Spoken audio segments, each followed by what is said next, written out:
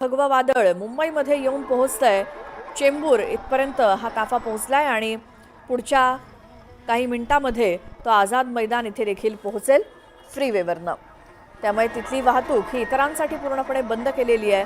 त्यामुळे या रस्त्यावरनं फक्त मराठा समाज बांधव जे आंदोलनासाठी मुंबईतल्या आझाद मैदानाकडे येत आहेत त्यांच्यासाठीच तो मार्ग खुला केलेला आहे। कारण ज्या पद्धतीने आपण गाड्यांची संख्या बघतोय, गाड्या भरभरून मराठा आंदोलक हे आझाद मैदानाच्या दिशेने येत असताना त्यासोबत अगदी ट्रक असतील किंवा गाड्या बसेस भरून हे आंदोलक या गाड्यांमध्ये आहेत।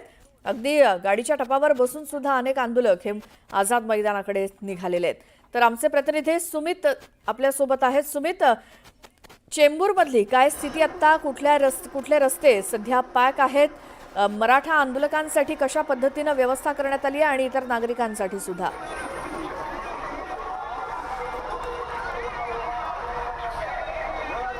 आलेले आहेत आणि या मोर्चाला ज्या ठिकाणी म्हणजे आझाद मैदानापर्यंत पोहोचवण्यासाठीची सगळी व्यवस्था पोलिसांनी केलेली आहे। आझाद मैदानाकडे जाणारा रस्ता, इतर रस्ते शहरातले आतले बंद केलेले आहेत। अंतर्गत रस्ते बंद आहेत, तर थेट मुक्त मार्गावरूनच हा मोर्चा वळवलेला आहे।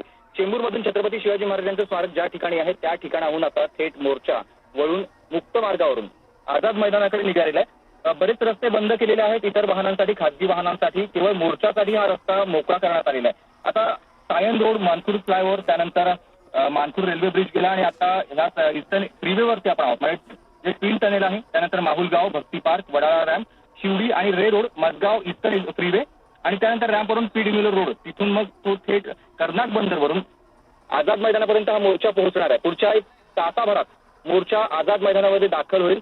पोलिसांनी 5,000ची फौज तिथे तैनात केली आणि आपण बघतोय हे सगळा मराठा मोर्चा निघाला आणि तो आल्यानंतर आता लाखो मराठी या सगळ्यात सहभागी झालेले आहेत। वेगवेगळ्या वाहनांनी, आपल्या खासगी वाहनांनी हे सगळे मोर्चेकरी आता आझाद मैदानामध्ये पोहोचलेले आहेत। त्यामुळे पोलिसांनी वाहनं देखील मोठ्या प्रमाणावर असल्यामुळे साधारणतः आतापर्यंत वाहन व्यवस्था जी केली आहे, पार्किंगची व्यवस्था ती 8,840 इतकी वाहनं एका ठिकाणी थांबू शकतील, वेगवेगळ्या ठिकाणी थांबू शकतील वा तिथे पार्क ते करू शकतील अशी व्यवस्था देखील पोलिसांनी केली। ज्याच्यामध्ये मानखुर्दचं जकात नाका आहे, तिथे 300 वाहनं असतील किंवा अंडर फ्रीवेमध्ये जे पार्किंगमध्ये, त्याचबरोबर मिलेट बंदरमध्ये देखील, कॉटन ग्रीन मध्ये देखील 2,000 वाहनं राहणार आहेत। अशी सगळी पार्किंगची व्यवस्था देखील केलेली आहे। आझाद मैदानामध्ये पोहोचल्यानंतर ही सगळी वाहनं पुन्हा एकदा या पार्किंग व्यवस्था ज्या ज्या ठिकाणी केली आहे तिथे जाणार आहेत। पण तुर्तास आपण बघतोय मुक्त मार्गावरती मनोज जरांगेंचा मोर्चा दाखल झालेला आहे आणि त्यांच्या मोर्चाची सगळी तयारी आपण बघतोय पोलिसांकडून सातत्यानं सगळ्या खासगी वाहनांना इतर मार्गानं, तर मोर्चेकरांना किंवा मोर्चात सहभागी असलेली जी वाहनं आहेत त्यांना एका मार्गाने आता आझाद मैदानाकडे सोडलं जात आहे। पूर्ण मुंबईमध्ये कोणत्याही मोर्चेकरीला किंवा गाड्यांना आतमध्ये प्रवेश दिला जात नाही। अंतर्गत रस्ते सगळे बंद केलेले आहेत। सगळे रस्ते हे बाहेरून सुरू ठेवलेले आहेत। म्हणजेच मुक्त मार्ग हा एकच मार्ग असेल जो मराठा आरक्षणासाठी किंवा मराठा आरक्षणासाठी आलेले सगळे जे मोर्चेकरी आहेत त्यांच्या वाहनांना जाण्यासाठी। बिलकुल सुमित, वेळोवेळचे अपडेट तुमच्याकडनं घेत राहू। त्यामुळे आता चेंबूरपासनं ईस्टर्न फ्रीवेकडे हा सगळा मोर्चा वळलेला आहे आणि तो आता पुढच्या काही मिनिटात आझाद मैदान इथे पोहोचणार आहे। ही दोन दृश्य, मनोज जरांगेंचा ताफा एकीकडे आपण बघतोय, दुसरीकडे आझाद मैदानावर मराठा आंदोलक हे आधीपासूनच जमलेले आहेत। फक्त आता वाट बघतायत ती मनोज जरांगे पाटील यांची आणि त्यांचा ताफा हा आझाद मैदानाच्या दिशेनं पुढे पुढे सरकतोय। चेंबूरवरनं तो पुढे सरकलेला दिसतोय आणि ईस्टर्न फ्रीवेवरनं तो आझाद मैदान या ठिकाणी थेट पोहोचेल आणि त्यामुळे हा रस्ता फक्त या मोर्चेकऱ्यांसाठी खुला करून देण्यात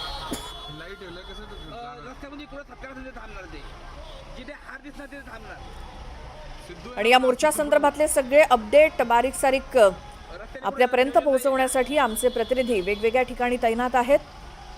मनोज जरांगे पाटील यांनी अगदी ऐन गणेशोत्सव काळामध्ये 29 तारीख ही आपल्या आंदोलनासाठी आझाद मैदानात ठरवलेली आणि त्यांना पाठिंबा देण्यासाठी असंख्य मराठा समाज बांधव हे त्यांच्या सोबत मुंबईतल्या आझाद मैदान इथे संपूर्ण राज्यभरातून कानाकोपऱ्यातून आलेले आहेत। मगाशी आमचे प्रतिनिधी त्यांच्यासोबत संवाद साधत असताना महाराष्ट्राच्या वेगवेगळ्या भागातून आलेले समाज बांधव आणि ज्या पद्धतीनं मनोज जरांगेंनी आपल्या कार्यकर्त्यांना आवाहन केलं, समाज बांधवांना आवाहन केलं की गणेशोत्सव आपण तिथे साजरा करू, गणपतीची मूर्ती भलेही तिथे घेऊन जाऊ, मात्र आरक्षण घेतल्याशिवाय, आरक्षणाचा गुलाल उधळल्याशिवाय आता माघार नाही। त्यामुळे सरकारला देखील त्यांनी 2 दिवसांचा अल्टिमेटम दिलेला होता। सरकारचं शिष्टमंडळ, सरकारचे प्रतिनिधी हे मनोज जरांगे पाटील यांच्याशी चर्चा करण्यासाठी येणार आहेत। त्यामुळे आता सरकारकडनं सांगण्यात आलंय उदय सामंत आणि राधाकृष्ण विखे पाटील हे मनोज जरांगे पाटील यांच्याशी चर्चा करणार आहेत. त्यामुळे आता ही चर्चा मुंबईतच होईल असं सरकारकडनं सांगण्यात आलं. सरकार पहिल्यापासूनच सकारात्मक आहे मनोज जरांगेंची चर्चा करण्यासंदर्भात असं विखे पाटलांनी सांगितलंय. त्यामुळे आता आझाद मैदानावर ज्यावेळेला मनोज जरांगे पोहोचतील त्यावेळी सरकारचं शिष्टमंडळ जातं का, मनोज जरांगेंची चर्चा करतं का, याकडे देखील आपलं लक्ष असेल. पुन्हा एकदा ही दृश्य आपण जरांगेंच्या ताफ्याची मुंबईच्या दिशेनं निघतानाची आणि आता चेंबूरवरनं फ्रीवेवरून थेट आझाद मैदान असा हा मोर्चाचा मार्ग असेल. त्यामुळे हा मार्ग सध्या फक्त आणि फक्त मराठा समाज बांधव मनोज जरांगे पाटील यांच्या सोबतच आलेल्या असंख्य मोर्चेकऱ्यांसाठी मोकळा ठेवण्यात आलेला आहे. दुसरीकडे आझाद मैदानामध्ये सर्व मोर्चेकऱ्यांना, सर्व आंदोलनकर्त्यांना बसवण्यात आलेलं आहे आणि एक मर्यादा देण्यात आलेली होती. मात्र त्याही पेक्षा जास्त आंदोलक हे आझाद मैदानावरती जमलेले दिसत आहेत. त्यामुळे त्या संदर्भात पोलीस काही कारवाई करतात का हे देखील बघावं लागणार आहे. मात्र सर्वांना शांततेत आंदोलन करण्याचं आवाहन मनोज जरांगेंनी केलेलं होतं. कोणतीही हुल्लडबाजी तिथं आमच्या कार्यकर्त्यांकडनं होणार नाही असंही त्यांनी सांगितलं. त्यामुळे जर आझाद मैदानाची जागा पुरली नाही तर बाजूच्या मैदानावरती शांतपणे आमचे मराठा आंदोलनकर्ते बसतील असं मनोज जरांगेंनी सांगितलं. मात्र लगेचच तिथं पोहोचल्यावर 9 वाजता त्यांची उपोषणाला सुरुवात होईल आणि त्याआधी देखील असंख्य मराठा समाज बांधव हे ऑलरेडी काल रात्रीपासूनच आझाद मैदान इथे जमायला सुरुवात झालेली होती. ते आधीच पोहोचलेले आहेत आणि आता जरांगेंच्या सोबत असलेल्या ताफ्यामध्ये सुद्धा असंख्य मोर्चेकरी आहेत, आंदोलनकर्ते आहेत, जरांगे पाटलांचे समर्थक आहेत. ते देखील आता आझाद मैदान इथे पोहोचतील. त्यामुळे ही जी काही मर्यादा देण्यात आलेली होती आंदोलनकर्त्यांची त्या संदर्भात नेमकं काय होतं ते देखील बघावं लागेल. आणि आत्ता नेमका हा ताफा कुठपर्यंत पोहोचलाय हे याचे अपडेट आपण घेऊयात आमचे प्रतिनिधी सुमित सावंत यांच्याकडनं. सुमित, काय माहिती द्याल? सध्या ट्विन टनेल या ठिकाणी हा मोर्चा पोहोचतोय, म्हणजेच मुक्त मार्गावर असलेला हा ट्विन टनेल आणि इथून त्यानंतर पुढे हा मोर्चा हळूहळू सरकणार आहे.